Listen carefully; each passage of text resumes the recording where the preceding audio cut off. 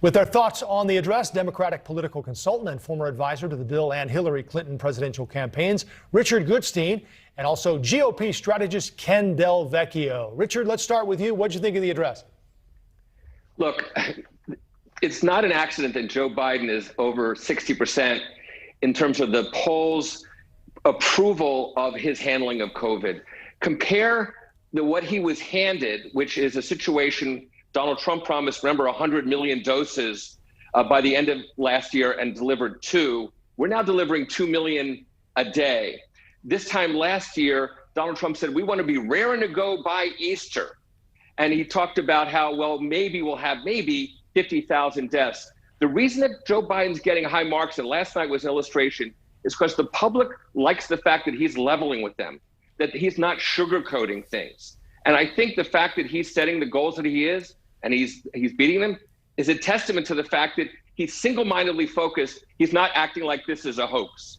Ken, did you watch? I give Joe Biden's speech a big 0.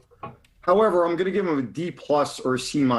First of all, what my colleague is saying over there is pretty much nonsense. Joe Biden has an opportunity right now to potentially be a hero to 85 to 90% of Americans if he would just stop the restrictions, period. Right now, Donald Trump was right in the route that he was going in eliminating this constitutional crisis. People are sick and tired of having their rights infringed upon. They're scared that we're getting headed towards communism.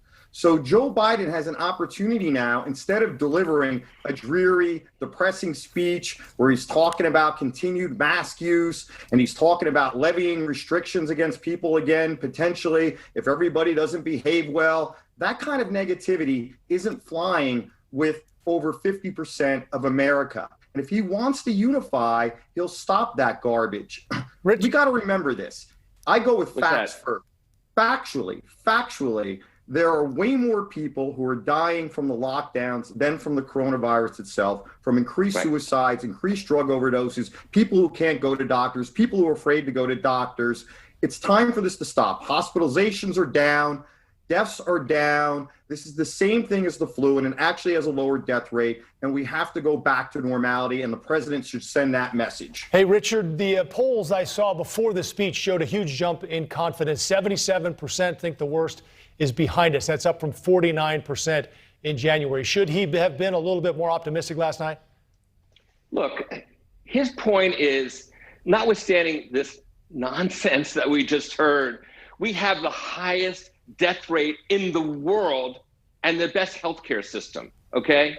It's because we had a president who talked about this like it was a hoax, who mocked using masks, notwithstanding what all the health... Excuse me, I didn't interrupt you. I did not interrupt you. I did not interrupt you. Sorry. And Joe Biden is basically saying to the public, hang tough.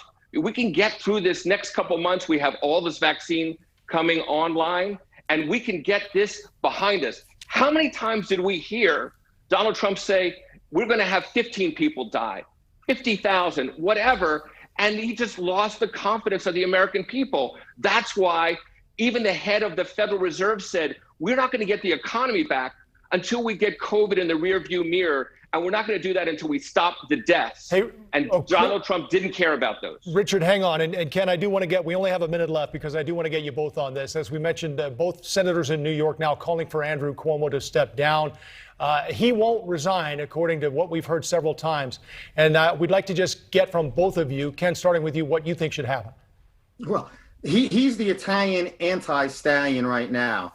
That said, I believe in innocence until proven guilty. As a former judge, a former prosecutor, and a criminal defense attorney, everybody has a right to be treated innocent until proven guilty beyond a reasonable doubt.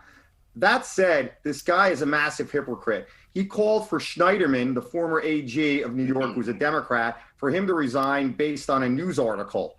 He called for Kavanaugh to not be appointed. He said all kinds of negative things against Donald Trump. On a personal note, I don't have any sympathy for him as a legal analyst and as somebody who cares about justice. We have to let this go through the system And I do think he's in really bad trouble politically because it's all the people in his own party that are going after him even before Republicans are. So I do think he's in a lot of political trouble. Richard, go ahead. If he holds on, he has one person to thank and one person only, which is Donald Trump, who set the bar very low as regards assaulting women accused of rape, accused of putting his fingers inside women, and bragging about grabbing them by the crotch. Whatever Andrew Cuomo did pales in comparison. And I would draw a comparison to, remember the governor of Virginia was shown in blackface? Everybody called for him to resign. He hung tough. He's actually had a very productive last couple years. So, yeah, I actually think that Democrats don't want to be suckers anymore, because when Republicans do much, much worse, it's, oh, whatever. And I don't think Democrats are going to do what they did to Al Franken in this case. All right. We got both sides in tonight, and it was interesting. Richard, thank you very much. Ken, thanks to you as well. We appreciate your time. You got it. Thank you.